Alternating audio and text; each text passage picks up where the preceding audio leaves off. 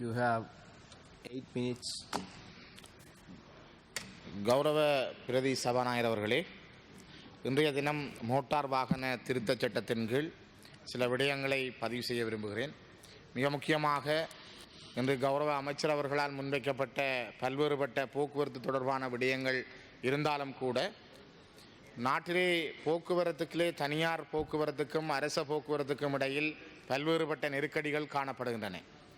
சரியான ஒற்றுமையின்மை அல்லது வழித்தடங்களுக்கான அனுமதிகள் நேர்மையான முறையில் வழங்கப்படாமை போன்ற விடயங்கள் பல்வேறுபட்ட விடயங்களை இந்த நாட்டிலே தனியார் துறைக்கும் அரசு துறைக்கும் இடையில் சமரசம் இல்லாத ஒரு நிலைமையை உருவாக்கியிருக்கிறது.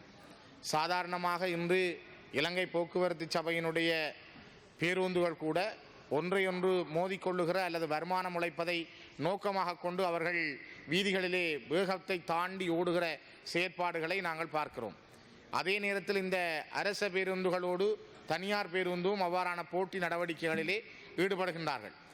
ஆனால் இவ்வாறு இருக்கிற பொழுதும் கூட நாட்டிலே பல்வேறுபட்ட இடங்களில் போக்குவரத்துக்கான பேருந்துகள் இல்லாத நிலை காணப்படுகிறது. சாதாரணமாக யாழ்ப்பாண மாவட்டத்தினுடைய ஒரு தனி தீவாக காணப்படுகிற நெடுந்தீவிலே ஒரே ஒரு சிறிய பேருந்து தான் காணப்படுகின்றது. நெடுந்தீவிலே வாழுகிற கிட்டத்தட்ட 7000 மக்களுடைய போக்குவரத்து 12 கிலோமீட்டர் நீளமான பாதையிலே ஒரே ஒரு பேருந்து காலை 7 மணிக்கு ஒரு சேவை, அதிலும் அரச உத்தியோகத்தர்கள் வருகிற பொழுது அவர்களை ஏற்றிச் செல்ல வேண்டும் என்ற நிலைக்கு அப்பால் பாடசாலை மாணவர்கள் கூட கருத்தில் எடுக்கப்படாமல் யாழ்ப்பாணத்தில் இருக்கிற நெடுந்தீவினுடைய போக்குவரத்து மிக கூடிய அளவிலே பாதிக்கப்பட்டிருக்கிறது. அங்கே இருக்கின்ற சாரதியோ நடத்துனர்களோ அவர்கள் தாங்கள் நினைத்த ஒரு நேர சூசியை கடைபிடிக்கின்றார்கள். இலங்கை போக்குவரத்து சபையினுடைய எந்த கட்டுப்பாடுகளும் அங்கே இருப்பதாக தென்படவில்லை.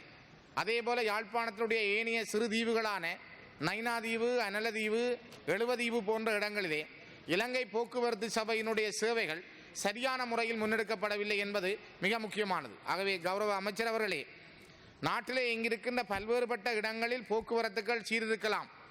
ஆனால் இலங்கை ஒரு தீவு. இந்த தீவான இலங்கைக்குள்ளே இருக்கிற சிறு தீவுகளில் இருக்கின்ற போக்குவரத்துக்கள் மிக மிக மோசமான நிலையில் இருக்கின்றன என்பதை, அதிலும் குறிப்பாக நெடுந்தீவினுடைய போக்குவரத்து அதிகமான மக்கள் வாழுகின்ற ஒரு பிரதேசத்தை கொண்ட போக்குவரத்து மிக கூடிய அளவிலே பாதிக்கப்பட்டிருக்கிறது.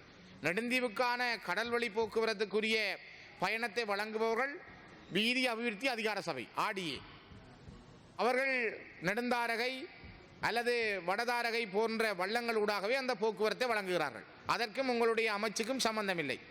ஆனால் நெடுந்தீவுக்குள் இறங்குகின்ற ஒருவர் தன்னுடைய மாவலி துறைமுகத்திலே இருந்து அவர் கோட்டைக்காடு வரையும் உள்ள எல்லை வரையும் அவர் செல்லுவதற்கான பயணத்திலே அவருக்கான பேருந்து சேவைகள் சரியான முறையில் அங்கு வழங்கப்படுவதில்லை.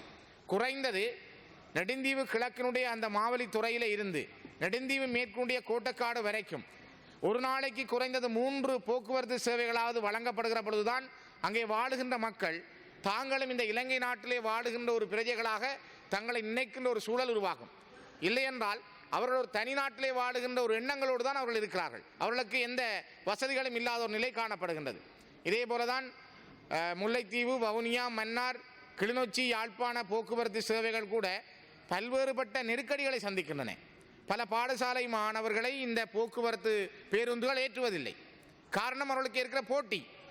கிளிநொச்சியிலே இருந்து போகின்ற ஒரு பேருந்து முழங்கால் வரையும் செல்கிறது. மன்னாரில் இருந்து முழங்காவில் வரையும் வருகின்ற இன்னொரு அரச பேருந்து தங்களுக்குள் மாறி பயணிகளை மாற்றம் செய்கிறார்கள். வருமானத்திற்காக ஒரு போட்டி போட்டுக் கொள்கிறார்கள். ஆனால் பாடசாலை பிள்ளைகள், நோயாளிகள் புறந்தள்ளப்படுகிற நிலை இந்த போக்குவரத்து பாதைகளிலே அதிகமாக நடைபெறுகிறது.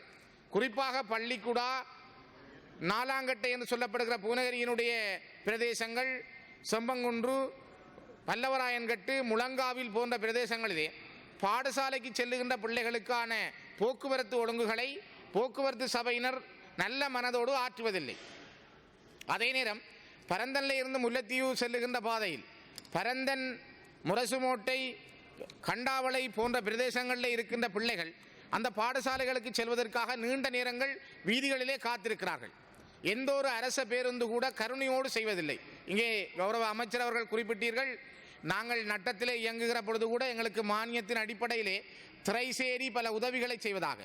ஆனால் அந்த உதவிகள் இவ்வாறான பாதிக்கப்பட்ட மாணவர்களுக்கு, வறிய நிலையில் இருக்கிற மாணவர்களுக்கு சென்றடைவதாக தெரியவில்லை. சாதாரணமாக கிளிநொச்சியில் இருந்து பச்சிலைப்பள்ளி முகமாலை வரைக்கும் முகமாலை பளை யக்கச்சி வரை இருக்கின்ற உமையாள்புரம் வரை இருக்கின்ற மாணவர்கள் ஒவ்வொரு நாட்களும் நான் பார்க்கிறேன், காலையிலே அவர்கள் வீதிகளிலே நிற்கிறார்கள். பேருந்துகள் தங்களுக்குள் போட்டி போட்டுக் கொள்கிறார்கள். இதனை விட பல சாரதிகள் அவர்களுடைய கட்டுப்பாட்டை மீறிய ஓட்டங்கள் இந்த நாட்டிலே மிக கூடிய விபத்துக்களை கொடுக்கிறது.